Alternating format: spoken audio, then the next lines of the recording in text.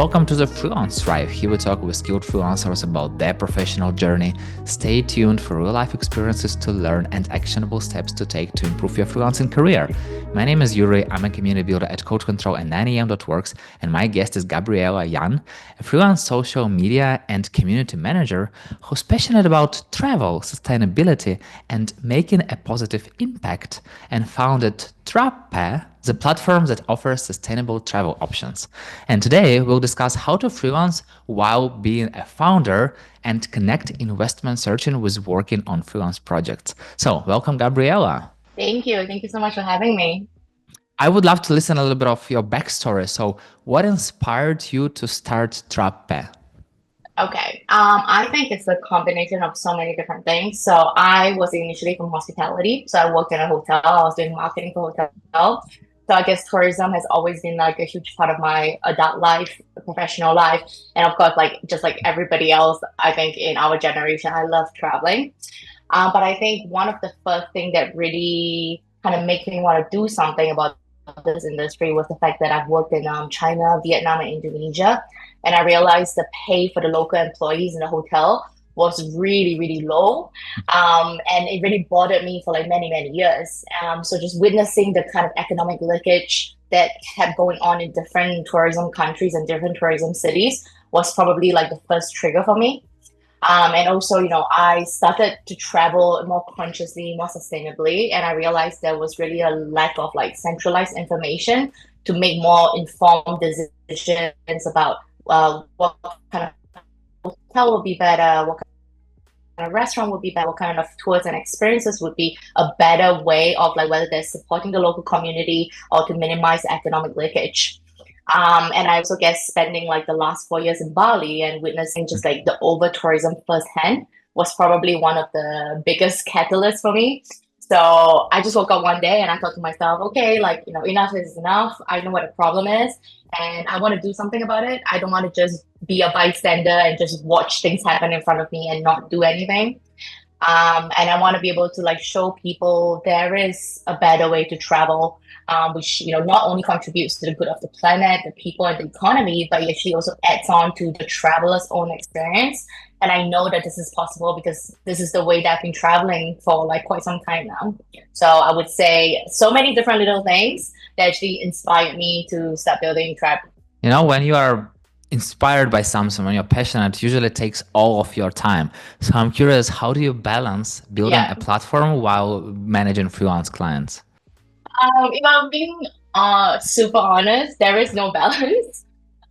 For the last year, I do not know what balance is. I'm struggling to have any kind of like balance in my life. I would say on a daily basis, my clients always come first. My freelance clients always come first, just because the other one is putting a roof over my head and putting food on my table. So I would say I would usually work on their projects first before I work on my own business. And I also sacrifice a lot of sleep. I sacrifice a lot of other things in my life in order to make it work between freelancing and building a business.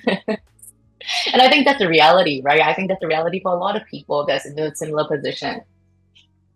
Okay, so usually people are talking about work-life balance. In your case, it's like work, personal, project, life balance. And from what I've heard, you have no of this balance. So, No. so how do you recharge? Like, what keeps you going? I think meditation. I actually started meditating every day since 2024. That was one of my New Year resolution for the year. And I think meditation really helps me to recharge and help me to recenter myself and rebalance myself.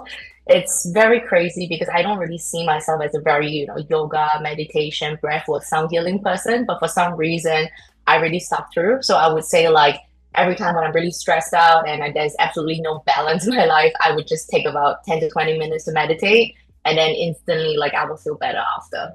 So meditation is one of them. Then I guess just doing sports, whether it's going for a run, going surfing, doing Pilates, just any sort of like outdoor activities, just makes it slightly better and helps me to recharge.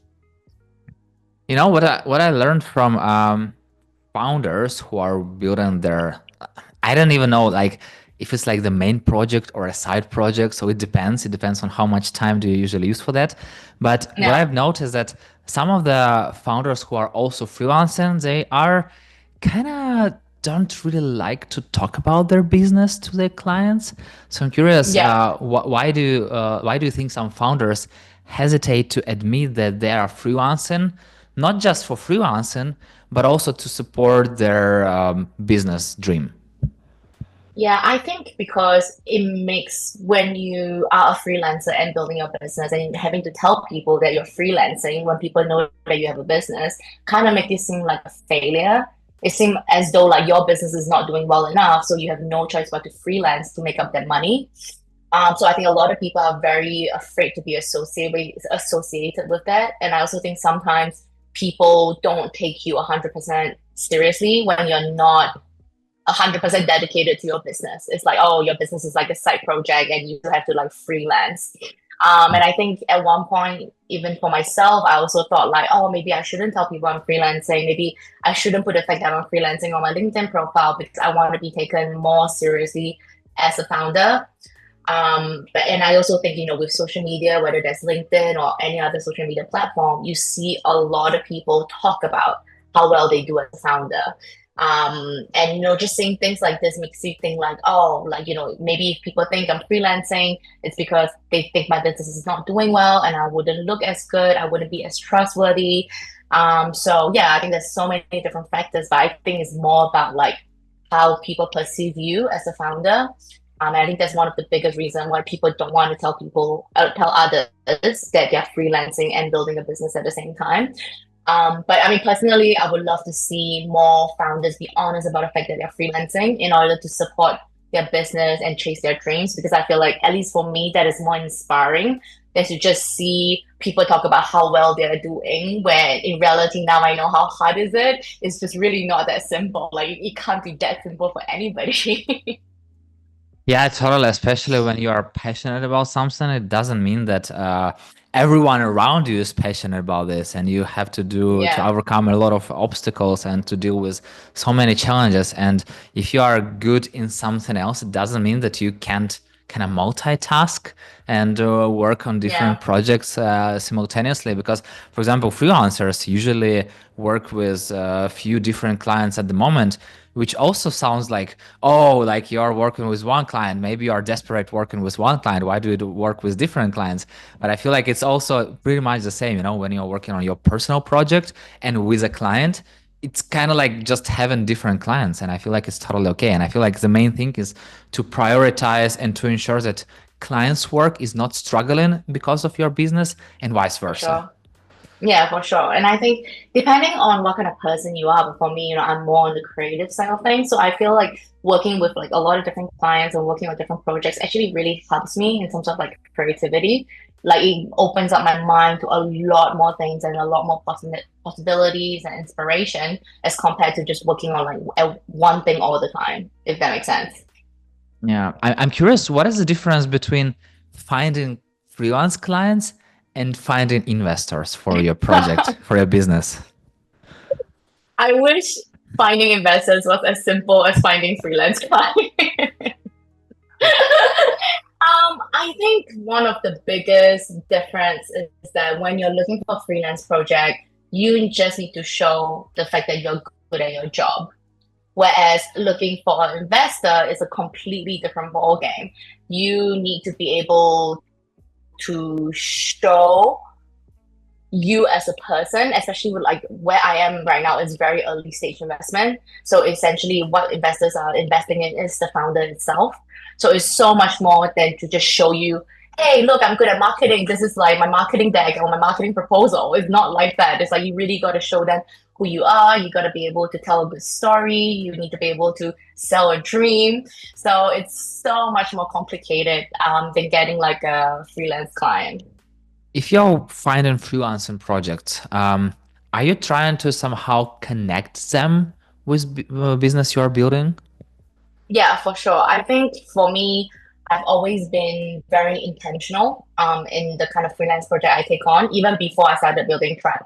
Like every time when I do take on a freelance client or a project, firstly, it needs to be something that I will be able to learn something new from and be able to gain new skills. That is the number one priority. And secondly, it's got to be a project that I really love and I'm very passionate about. I'm just very sort of like driven that way, just personal. I need to be motivated and to be driven by doing the things that I love and I think like really brings value to me as a person. So for sure, like the latest clients I've taken on while building TRAppe, Remote Rebellion, is actually a service which helps job seekers look for remote job faster. The company is actually run by a solo female founder who's my very, very good friend now, Michelle. So she runs a business 100% remote, async working hours, has a global distributed team. And I just thought to myself, like, oh, I would love to be like her. You know, I want to run my business like her. I want to know what she's doing. I want to learn everything possible from her. And also the fact that she was an ex-recruiter, I knew nothing about hiring, and I thought like, you know, it would be great to learn a thing or two about hiring because I knew that I was going to eventually hire my own team. So I was super intentional about this client that I took on in the last year while building TRAppe. So I would say, you know, ever since I had this idea of building TRAppe, every single client I've taken on freelancing has contributed one way or another to building TRAppe. And I never really felt like I was sacrificing building TRAppe to freelance because everything that I have learned while freelancing has contributed to the building of my own business. You know, I'm talking to many different freelancers, and usually people feel a little bit of afraid of going kind of back to full-time job and then coming back to freelancing, etc., and all the stuff.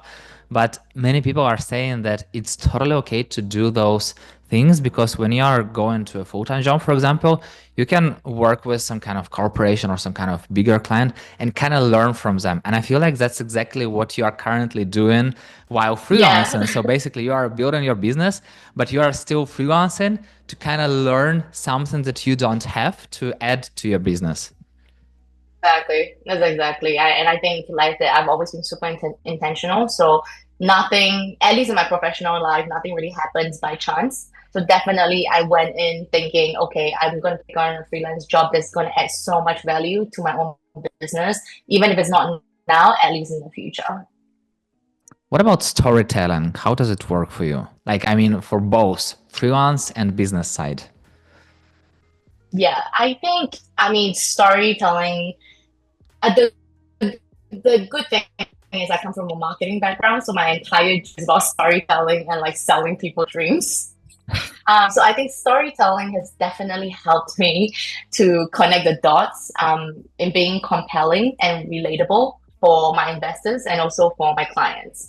Like I said, you know, when it comes to like investors in very early stage, it's not so much about your business idea or the product you're doing. It's more about who you are as a person. And I think I have managed to kind of sold them a story about who I am, what my business is, and I sort of like sold them a dream. So, you know, through storytelling, I can like articulate how my freelance experience has equipped me with like the skills, the insights, the credibility in order to drive my business's mission forward.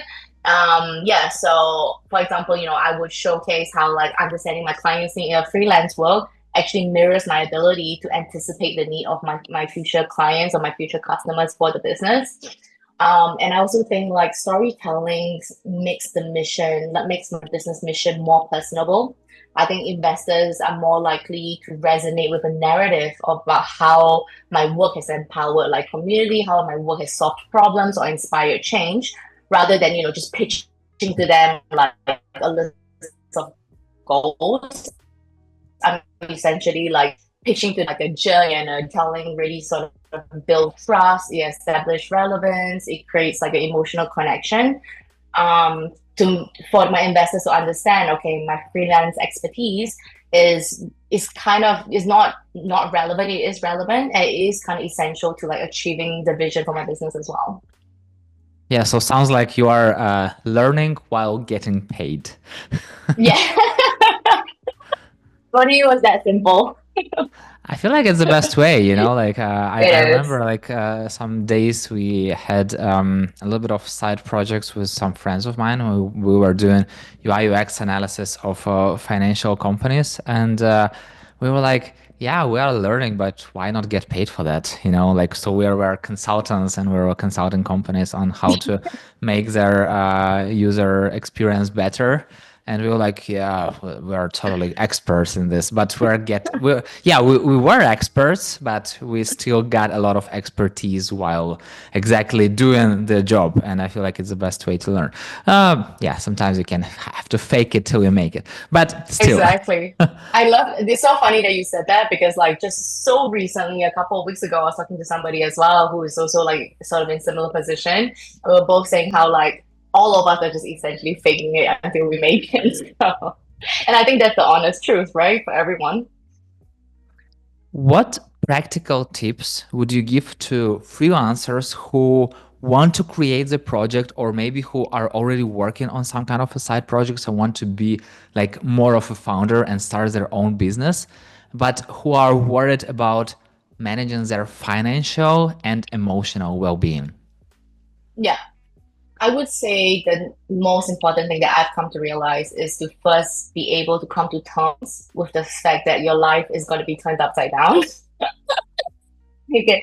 There is going to be a lot of stress, a lot of anxiety, and a lot of sacrifices that you have to make. So I think that should be the most important question to ask yourself. Like, are you willing to make all of the sacrifices? Are you willing to never have any balance in your life for a few years?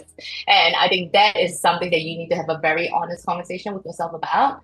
And I think like, having financial wise, definitely have some savings on the side. It doesn't have to be a huge amount of savings, but just enough for emergency. If not, I think financially it can get very stressful. I mean, at least for me, like my freelancing job covers my daily expenses.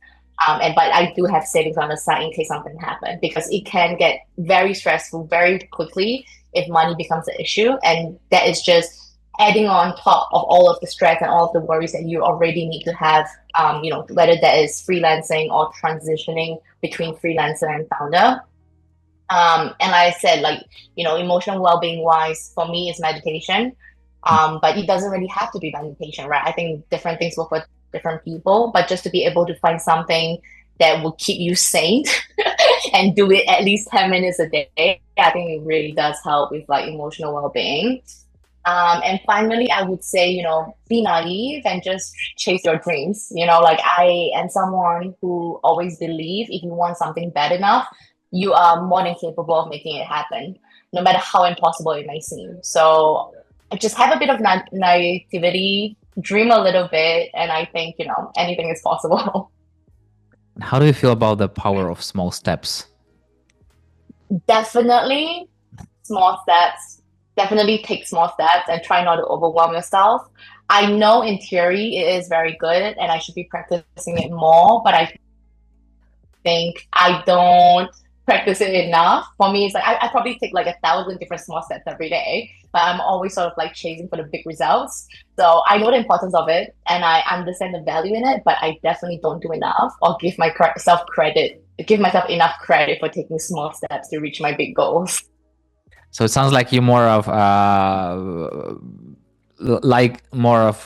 big jumps, not small steps, but huge Yes. jumps. Yes, I think it's more like a personality thing, right? I think different things work for different people. And for me, just, a lot of the times people tell me, oh, you should celebrate all these small wins. And I'm like, no, I will only celebrate when I have a big win. It's just, I don't know, different people are just different, I guess. Gabriela, I wish to have the sky as the limit, but time is the limit. So the final question, Yes, it is. what is your Okay. favorite food? Oh, okay. Definitely Singapore food. I mean, I'm from Singapore. I don't know how well you know Singapore, but I always tell people, and I'm never gonna lie about this, but if it's not for the food, I will never go home. The food is just amazing. Like we have a mix of like Chinese cuisine, Indian cuisine, Malay cuisine, Western food. Like I grew up eating just as much Western food as much Western food and Asian food the same.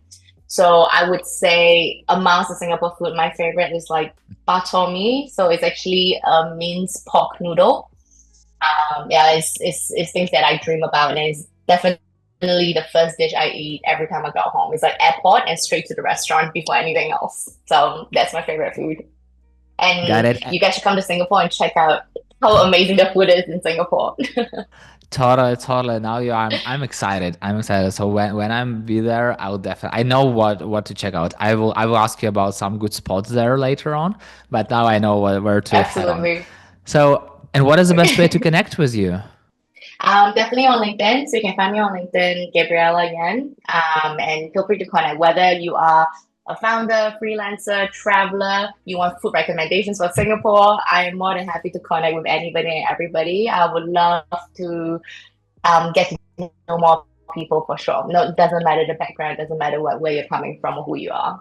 Got it. Thank you so much for sharing your experience, Gabriella, and it's been such a pleasure to hear and learn from you. Thank you. Thank you so much for having me. And thank you so much for listening. If you like the show, hit the like button, 5 stars, and share it with your friend. That's it. We're done. See you in the next episode.